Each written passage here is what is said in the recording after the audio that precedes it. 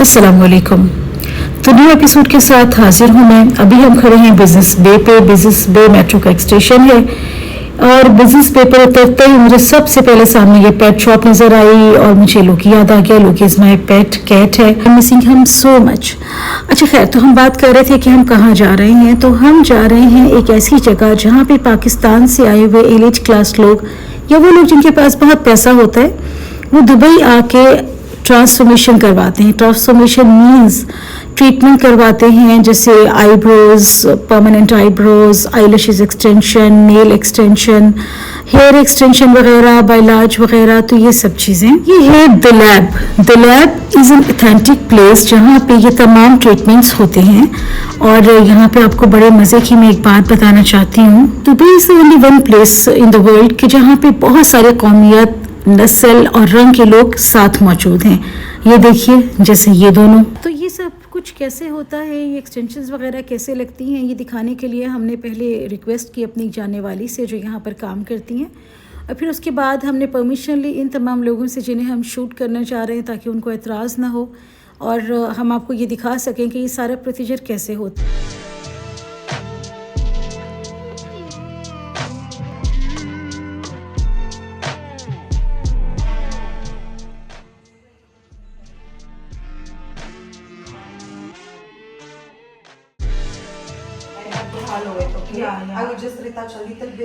अरे में हमें बिल्कुल इल्म नहीं है कि ये सेमी परमानेंट मेकअप करवा सकते हैं या नहीं करवा सकते। इस्लाम में इसकी क्या गुंजाइश है, इसके बारे में तो जो हमारे मजहबी स्कॉलर्स हैं वही तफसील से बताएंगे। हमारा मकसद तो सिर्फ आपको ये पूरा प्रोसीजर दिखाना है। क्रीम आईब्रोज पे लगाई जा रही है। इसका मकसद होता है कि स्किन सुन हो जाए ताकि जो माइक्रो नीडलिंग है उसकी तकलीफ़ स्किन बर्दाश्त कर ले, क्योंकि ये बहरहाल एक बहुत तकलीफ दे अमल होता है। तो इसे इनकी लैंग्वेज में कहते हैं नम करना।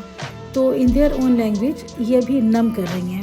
क्रीम लगाने के बाद ये आईब्रोज़ को कवर कर देते हैं टेप से। 20 मिनट्स के लिए उसको छोड़ देते हैं। और ये है रोज़। रोज़ बेसिकली टेक्नीशियन है जो परमानेंट आईब्रो मेकअप करती हैं। ये टूल है, इसके ज़रिए माइक्रो नीडलिंग की जाती है और बाकी सब कुछ आप देखेंगे। साथ साथ रोज़ के साथ टेक्नीशियंस होती हैं, मोस्टली मलेशियंस होती हैं, रशियंस होती हैं। और चूँकि they belong to beauty industry तो इनकी ड्रेसिंग बस ऐसे ही होती है। हमने बहरहाल पूरी कोशिश की कि आपको सिर्फ प्रोसीजर दिखाया जा सके। टाइम पूरा हो गया था तो रोज़ ने नम क्रीम को क्लियर कर दिया।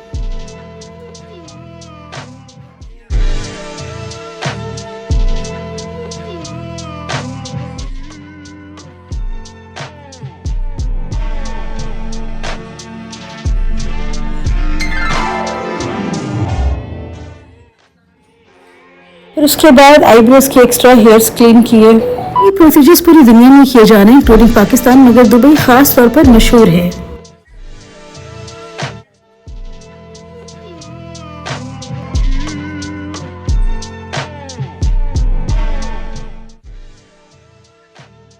आईब्रो के एक्स्ट्रा हेयर्स रिमूव करने के बाद रोज़ ने पेन के साथ आईब्रो की शेप डिफाइन की ताकि उसे माइक्रो ब्लेडिंग में आसानी हो। जो कलर उसने फिल करना है वो एक प्रॉपरली शेप में फिल हो सके। अब इस वक्त माइक्रो ब्लेडिंग का ये तरीका पूरी दुनिया में मकबूल है, मगर दुबई इन तमाम कामों में सबसे आगे है जहाँ पे पूरी दुनिया से लोग आते हैं इन प्रोसीजर्स के लिए।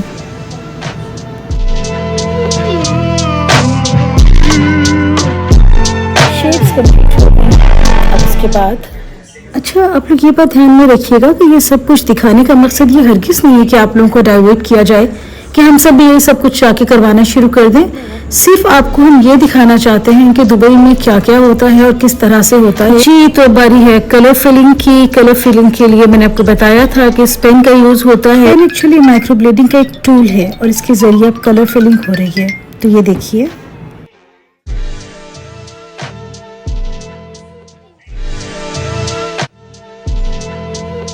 देखिए यहाँ पे आईब्रो डिफाइन होनी शुरू हो गई है, मतलब ये थोड़ी डार्कर है दूसरी वाले की निस्बत।